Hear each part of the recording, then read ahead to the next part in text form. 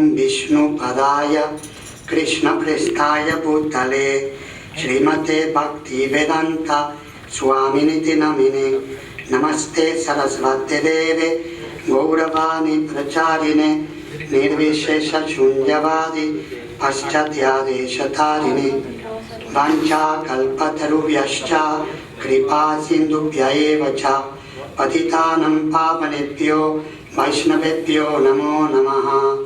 Jaya Shri Krishna Chaitanya Prabhu Nityananda Shri Advaita Gadadhar Shri Vasadi Gaura Bhakta Vrinda. Hare Krishna Krishna Krishna Hare Hare Hare Rama Rama Rama Hare Hare. Hare Krishna. I am very happy and very honored to be here in your company for this installation ceremony. It's actually a home installation ceremony. Normally the installation ceremonies are very complex. Sometimes we see in temples, and in India takes like 3 days or 1 week for the installation ceremony. It's very elaborate.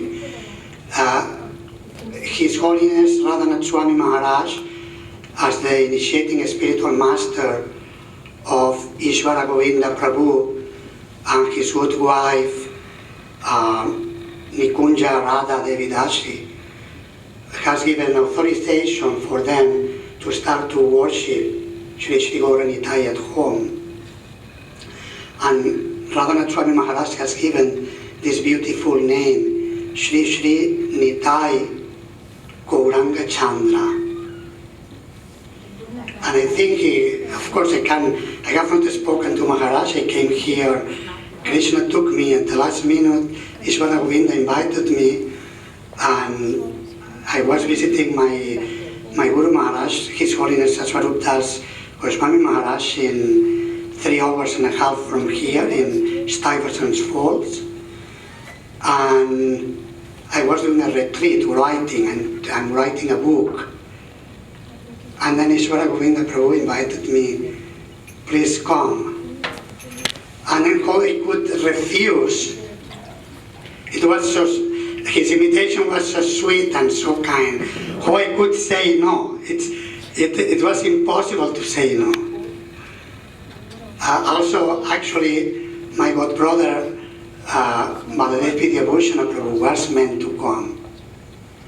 He lives with Sarvarup Maharaj in Stuyvesant Falls.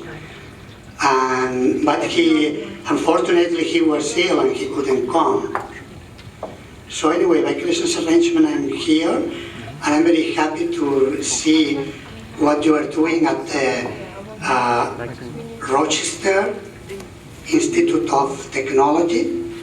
It's very nice, and I think we should be grateful to the Institute that they provide such nice facilities for interfaith. This is really something to, in Europe we will say chapeau, no chapeau, like the French they always take it's like Western way, but the chapeau, like it's very nice that they are providing this facility, and we should be grateful for it and don't take it for granted. I think whenever possible, extend the gratitude to the organizers who are facilitating this space, so nice space. We can have a wonderful installation. And I find very significant that the installation has been organized here. It's for a home worship, but actually the mood of Sri Chaitanya Mahaprabhu is to share his message with other people. And of course, I know some of you are initiated, practicing Bhakti Yogis, but I know that I think a considerable number of you are not. You like it because it's part of your tradition. You come from India and you feel at home by getting together with other people from India and sharing spiritual activities, isn't it? It's like that. So, therefore, what I'm going to speak, it's maybe for some of you a bit simple, if you like, but I want to make it available. I think it's relevant for everyone. I want to speak a little bit about who is Sri Chaitanya Mahaprabhu. And actually there is a book I was seeing, a book written by His Divine Grace, Srila Prabhupada, the founder Acharya of the International Society for Krishna Consciousness. The book is entitled Teachings of Lord Chaitanya. And in the beginning part of the book, Srila Prabhupada explains who is Sri Chaitanya Mahaprabhu in a very simple and clear way. Srila Prabhupada explains that Sri Chaitanya Mahaprabhu is Krishna himself. Sri Krishna is, according to Bhagavad Gita and Srimad Bhagavatam, two most important sacred scriptures from the Vedic literature.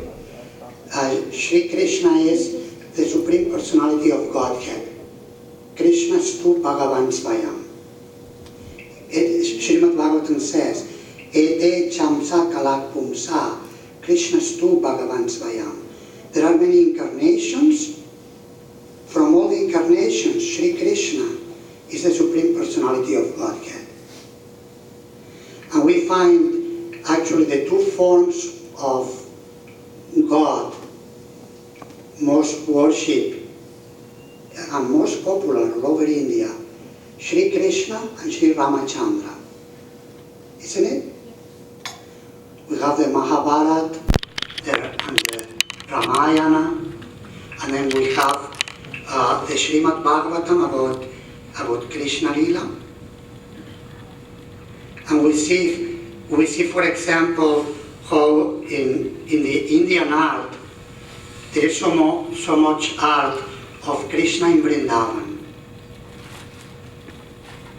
Krishna as a cowherd boy, as a little child, which makes Krishna especially sweet, because he is God, but he has become very approachable, very loving, very human.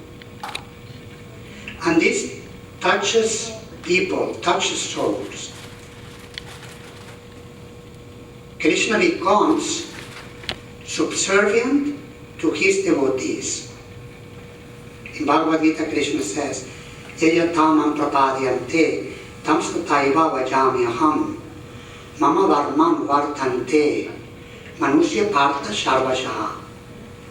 As much as people approach me, surrender unto me, I reciprocate with them.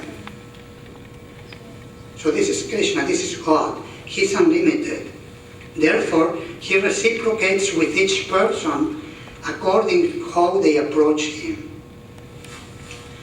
So Srila Prabhupada explains that 5,000 years ago, Sri Krishna spoke the message of the Bhagavad Gita for the benefit of humanity.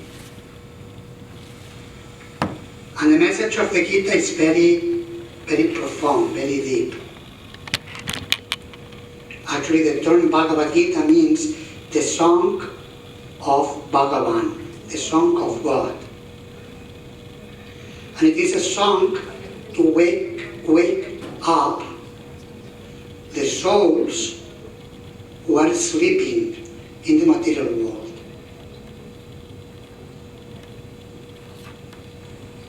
So actually, Bhagavad Gita, this is the Rochester Institute of Technology.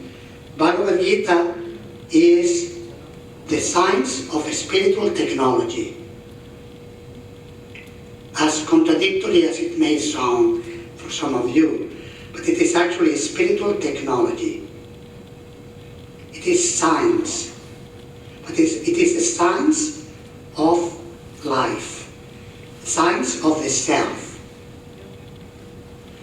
And therefore Krishna in the Gita gives many very clear examples.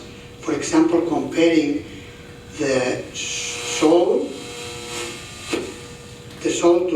person. Actually, the soul is the person, but meaning the human being.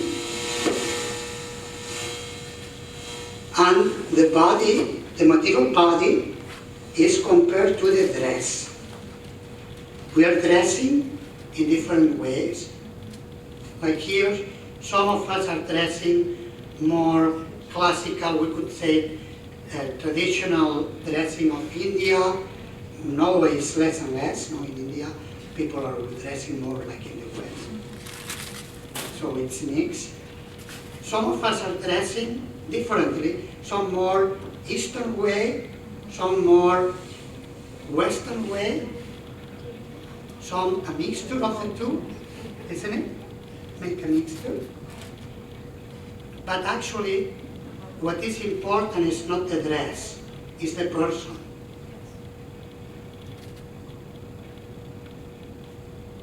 Of course, in our temples we favor the traditional ways. That's very nice, it's very good.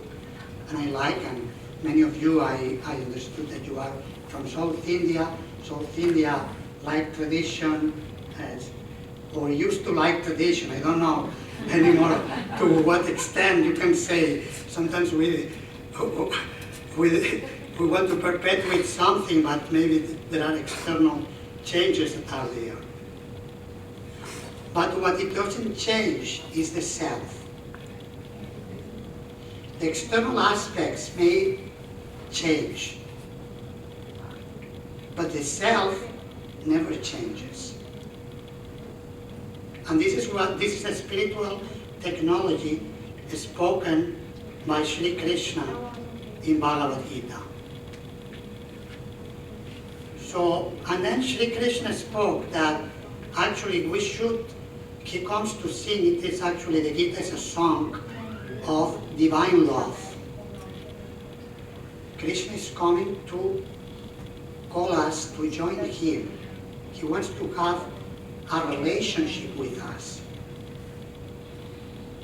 We have forgotten him. In the material world, we are totally oblivious to him. So Krishna is calling us, please come, join me. And then he says, he actually is saying that he loves us, and he's requesting our bhakti, our love, our divine love. And he says that you can't really know me only through bhakti. Krishna explains many processes. Karma yoga, the yoga of work. One should work in this world, shouldn't be a lazy fellow, but should be an active person and contribute something for the benefit of others. This is a duty of human life. And should offer it to God. Yat karoshi, yat ashnashi, tat yuhoshi, tat asiyat, yat tapasisi kaunteya, tat kurushva matarpanam, Krishna says. Everything you do, everything you eat, everything you offer as a gift, any penances you perform, offer them to me. This is karma yoga. Krishna also explains jnana yoga, the yoga of transcendental knowledge. And it can be practiced in multiple ways. In chapter 4 of the Gita, Krishna explains through different types of yagyas, different types of sacrifices. And therefore we see in India, there are so many ways of practicing spirituality. People who are sincere in the spiritual path search moksha, search to go beyond the material existence, to transcend the world of suffering, to achieve peace in this life, which is not that easy, isn't it? It's not that easy to achieve peace. So they seek for peace and for liberation from the cycle of birth and death. So this is jnana yoga. And then Krishna says that all the different sacrifices, the sacrifice which is performed with transcendental knowledge, with knowledge of of the Atma, knowledge of the self, is the highest knowledge. Any sacrifice for a spiritual course is good, but if it is performed understanding what I'm doing, then that's the best. We should become educated in the science of the soul and the science of God. But then Krishna says that actually if you really want to know me, you need to love me. Before that, Krishna explains the process of classical yoga, dhyana yoga, the yoga of meditation. And then Krishna says, yoginam api sarvesham madhyatenantaratmana shraddhavam bhajate yomam sameyukta tamomataha. Of all the yogis, that yogi who posts his faith in me, focuses his faith in me, surrenders unto me from the heart, is the most advanced yogi. And then later on Krishna says, Bhaktya mama vijanati yavanjaschasmi tatvadaha. That actually you can know me in truth only through bhakti, only through divine love. If we want to meet an important person, only if the person sees that we really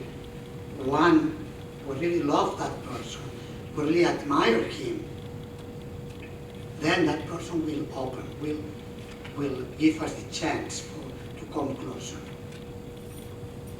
Like for example, nowadays, wealthy people or very famous people, they always have some professional people to protect them. What do you call them? These bodyguards, yes. They guard the body but not the soul. We are soul guards. We come to take care of the souls. So the bodyguards are there to protect them because they think, oh, people may approach me, they want my money. They want my fame. Maybe they are envious. Maybe they kill me. Maybe they kidnap my child. They have money, they have fame, but they have no peace. This is the material world. But Krishna, let me see, why can you help me? Where he was before that?